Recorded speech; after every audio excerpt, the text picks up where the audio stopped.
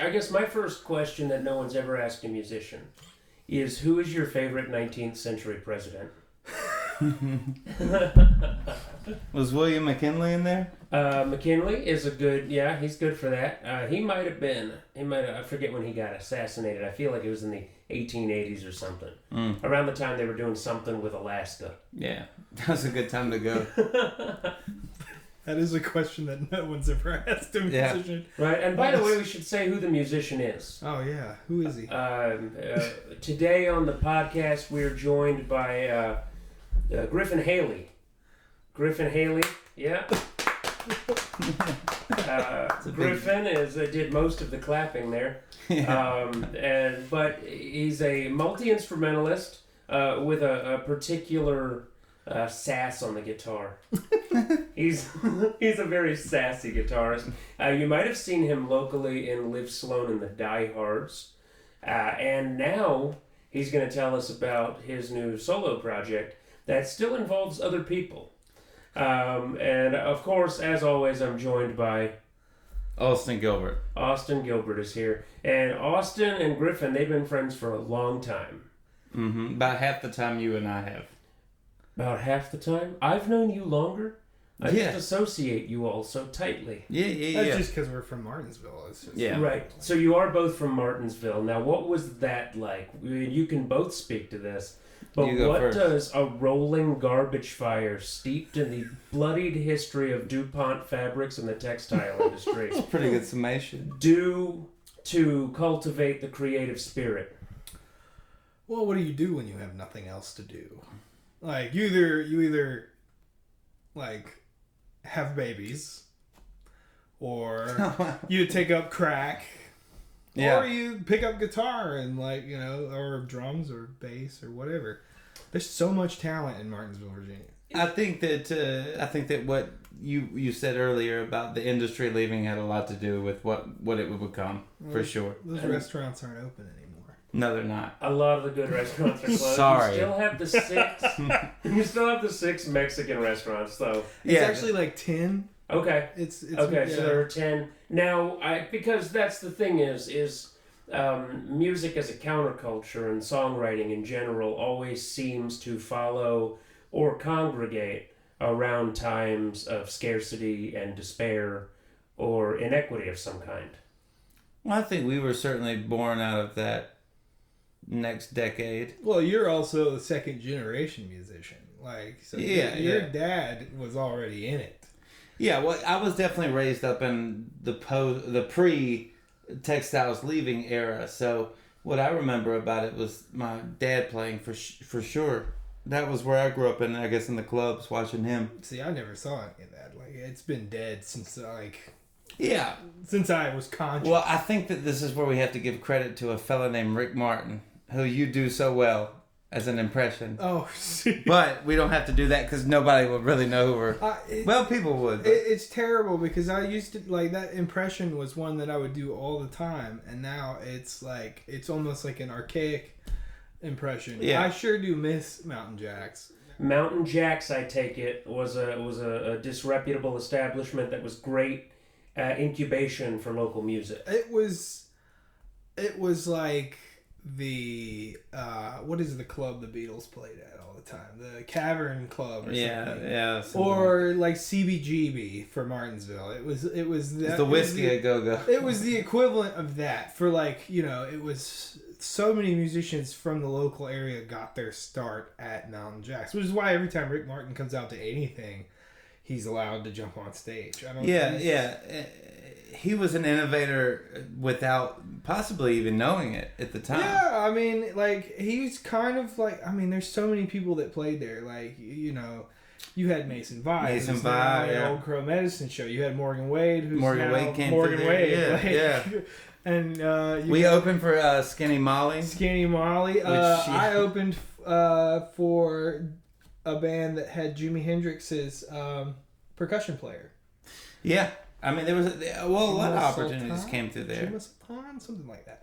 But we also had the Reeves Theater just right down the road, which was so pivotal because we were able to open for pretty cool people there. The Reeves Theater was the first place I ever played on stage. I played harmonica with Bob Margolin, who was in muddy So waters. at what age were you discovering that you were putting yourself in a position where music was more of an exhibition? At what point did you take it from, the locked door bedroom where most teenage boys start playing music and move it into a more performance and public venue? It was very soon after I started even just playing in the bedroom. Like, I took to it immediately.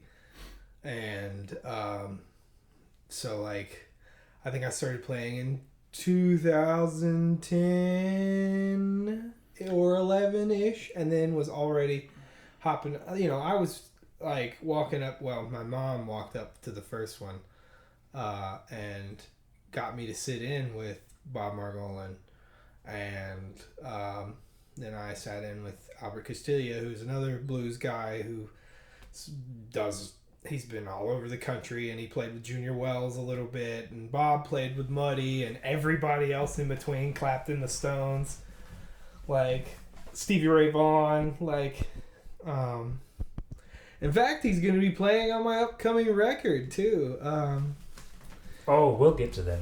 I have time for a full. We'll get to that. I just thought I'd throw that in there. Like, finally got him. What kind of self-respecting promotional vehicle would we be if we didn't devote a good chunk of that? But so you mentioned earlier that you mentioned Austin being a second generation musician. Am I to take it that your parents, while appreciative of music perhaps, and I know they are, I've seen them at all the shows, were not themselves musicians? Not really. My mom tried playing guitar in high school, and then she gave it up for boys, is what she says. And my dad played in like high school band, like most people do. Like, isn't that weird? The men of that time started playing music to get girls, and the girls stopped playing music to get boys. Yeah, it's a sad commentary. And when were you born? 1995. Okay, full birthday. June 30th, 1995. Social security number. So there wasn't this long period of time where you felt like you had to prove it to yourself to take it out into the world. And I have to imagine that learning the instrument while concurrently becoming a public performer makes you better faster. Oh, yeah, especially when you have, like, because I also play harmonica. So, like, a big example with that is, you go out, you sit in with Bob Margolin and his harmonica player, Tad Walters, this is the greatest advice I ever got, was, like, I played harmonica at a show. He comes up afterwards and he goes, "That was shit. Go home and listen to the masters some more and then come back and do it again." Like, and, I didn't take any offense to it. It was like, it was constructive criticism. Right. And you can think of that as, an elder giving you a little bit of a hard time. Yeah. Because he read the room and knew that it would make you hungry to be better. Oh, yeah. Or you could look at it as this Bob Margolin fellow shit-talking a child. Well, Bob never did it. It was always Tad. Oh, Bob was always very supportive, and he still is. He has the Pine Top Perkins Music Foundation where he helps kids get into blues music. But shout out Bob. Yeah, shout out to Bob. I thought you hated children about 30 seconds ago. No. I'm glad we had a chance to clear your name. I had a similar experience, which that person for me was my dad, because I was second generation. He played drums. Every time I played or was learning back in the day, like 20 years ago, he would look at me and be like, "Nah, that ain't, that's not it. Do it like this." Or I would try to do too many fill runs or rolls, And Dad was like, "Don't do it every time. It's not." I still see him do that with you sometimes. Oh yeah, he keeps me in line. He'll come down the stairs at a rehearsal and go, "Hey, do it like this." Yeah. That respect for the elders in music has always been, I think, such a big part of it, because you're either trying to learn from them or you're trying to rip them off. And there will come a time where the greats of a certain generation are just no longer the musicians they used to be. On a purely technical, biological, and some people have a good long run of it, but your voice doesn't hold up, your fingers don't hold up quite the same, And it is beholden upon a younger generation of musicians to soak up their wisdom, however hard-ass they can be, in trying to teach you. Yeah, that, or like as an artist yourself, you have to just like grow into it. You gotta just keep going. Like, Tom Waits doesn't sound like he did on the first records, or like even John Prine's voice changed after he got like lung cancer removed and stuff. Like we were just talking about Bob Dylan. Yeah, Bob Dylan. The eras of Bob Dylan. But some people like lean into that age, like Robert Plant, or they definitely find a different like way to move through the music to where their voice suits it better. And I've always found that women musicians lean into it better than men. Men seem to always be chasing what they were doing when they were like in their 30s, but like you have like Bonnie Raitt, who is like consistently good. Alison Krauss, yeah. Holy hell. Emmylou Harris. You're right. Yeah. Especially the country and western. Yeah, ones. just like really... and you're allowed to like age in roots music. Like in pop music and stuff like that, you can't really like, No. No, you better sell what you came to sell from the beginning. Yeah. But, who wants to do that? You want to be in the long run game. Like, like the Stones. You want to be 80, 81 on stage. Like. Well, I think that's interesting, too, though, because Mick Jagger did an interview in the early 70s. I saw it not that long ago. And they asked him, will you be doing this at 60? And he was like, God, no. Or he said something like, I'm probably blah, blah, blah at 60. But little did he know, he would press on way past that. And it would just work out for him. But that, I guess, still is rare to find that lane to where you're really doing it like that. Yeah, and like, I saw them a couple of years back, and Mick Jagger's still running around the stage. Keith is a little slower, and Ronnie's a little slower than they used to be. Yeah. But, they're not on all the coke that they used to be on either. No, yeah. They definitely went harder and then had to back off more than Mick, maybe. Which is why he got knighted first, I guess, right?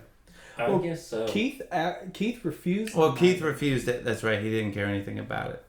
Right. But a man who snorts his father's ashes. He couldn't resist, man. He couldn't do it. And so I'm also curious, right? First of all, I could ask you the very generic question about who your musical influences are. I know who I think you sound like. You're kind of this cross between Nathaniel Rateliff, the White Buffalo, and that guy screaming in an alleyway after the night is done at the bar. Oh. Yeah. It's important to have a little bit of that guy. Oh, yeah. And I would say, George Thorogood. And I know your music tastes well enough. We've talked about it. I think I know who influenced you, and I think any intelligent observer and lover of music could probably piece it together. But are there any individuals outside of music, in any field, who are just artistically, culturally, or historically significant in such a way that they shaped your understanding of what it means to be a musician, songwriter, and performer? Besides Stalin. Oh, Besides Stalin. That's a good question. I do like a certain rebellious attitude that comes from like, James Dean. Well, I was gonna say Jeff Bridges for some reason. Okay, well. But I don't. But even Jeff Bridges is in music, but what about Steve Martin? Well, I feel like though that you have a certain Western outlaw thing that's really inspired a musical taste. I do, Wild Bill Hickok, like things like that, just Wyatt Earp, like. And then gaming, if Red Dead Redemption type stuff. If you want to go into that, like, video games and video game characters, like, inspire me, like, and just the stories of that. I recorded a song with him, and it was really directly inspired by that type of... It was, I was playing it at the time, and I wanted to write a cowboy murder song. So. Yeah. What's the Red Dead Redemption? Red Dead Redemption 2, I was playing. Oh, yeah. But then also on the same album, I have Odin's Call, which is... directly influenced by me playing God of War, and then Bear McCreary, who was the composer for the soundtrack for that, inspired the sound choices, and still kind of inspires me, even though he is still a musician. He's a bit different from your standard guitar player, oh, Jimi Hendrix or somebody like that, like, composers inspire me, like John Williams. Just the like amount of I in that sense, like Spielberg and things that like are just like big epic stories, adventure tales, things like back adventure. Right. You're like a coffee date between Leif Erikson and Wyatt Earp. Okay. Yeah. That's not right. I thought you were gonna play the game, but listen, man, don't hate the player. So we talked a little bit about your origin story. Terribly untalented, unmusical parents who were very nice to you. My mom can sing, and Dad can sing too. And by the way, I love your parents. If they listen to this, and I'm sure they will, because they're fans of yours. Yeah. Billy and Tracy are absolute, just real human characters, and I love them. But we've talked a little about your origin story. We've talked a little bit about your inspirations and kind of how you came up. I'm curious now that you're doing a lot of performing in Roanoke, and this goes for both of you, because I love Liv Sloan and the Diehards. Early adopter. She's great, isn't she? She's fantastic. She's incredibly talented, charismatic. Not a lot of just hard-hitting female-fronted bands in the Roanoke scene. Yeah. But you guys really anywhere. put on a show. Since that was kind of your intro into playing all the spots around town, how have you found Roanoke's music scene? Do you feel like it's a creative one? Do you feel like it's dominated by certain genres? And have you had an easy time finding collaborators? And you've been laughing the whole time I've been saying that. Truth. The audiences are great. Yeah. I like the crowds that pull out of Roanoke. Like, it's like a younger, bit more liberal crowd. And I don't know. I just feel more open to be creative with those kind of people. Right. And the Martin sound guy was good. Big Lick sound guy was good. I can't remember their names, but that just stands out. There's a lot of good tech talent in town, and I will agree that one of the most special things about Roanoke's music scene is the genuine affection that the audience has for live music in this town. Oh yeah. I don't know that the community always organize that the talent in the community always organizes or coalesces in a way that rises to the level of the audience's intrigue. Sometimes. Yeah. Yeah, I mean, but we've had a lot of good shows here, though. I mean. Yeah. And Big Lick keeps coming back, but that was really, both of those really stood out. Yeah, the audiences are good, and honestly, like, most of the venue people I've met have been very nice and very like open and just kind people, which is not always the case, like in other parts of the state. And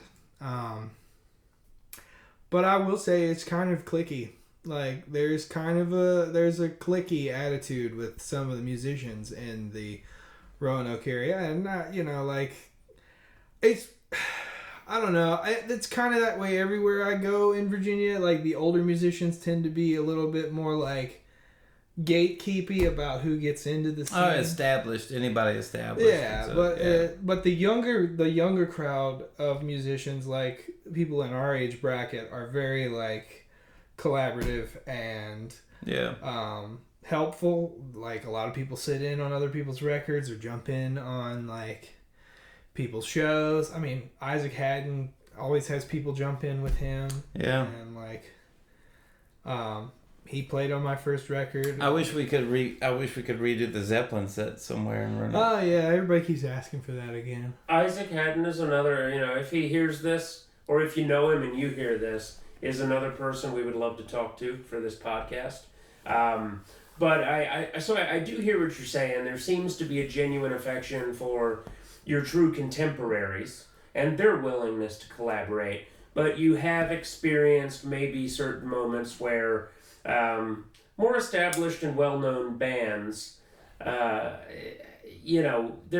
been a little bit of maybe needless drama around a couple of your shows. Yeah. And we don't need to. This is not a venue for musicians to lay out hit pieces on each other.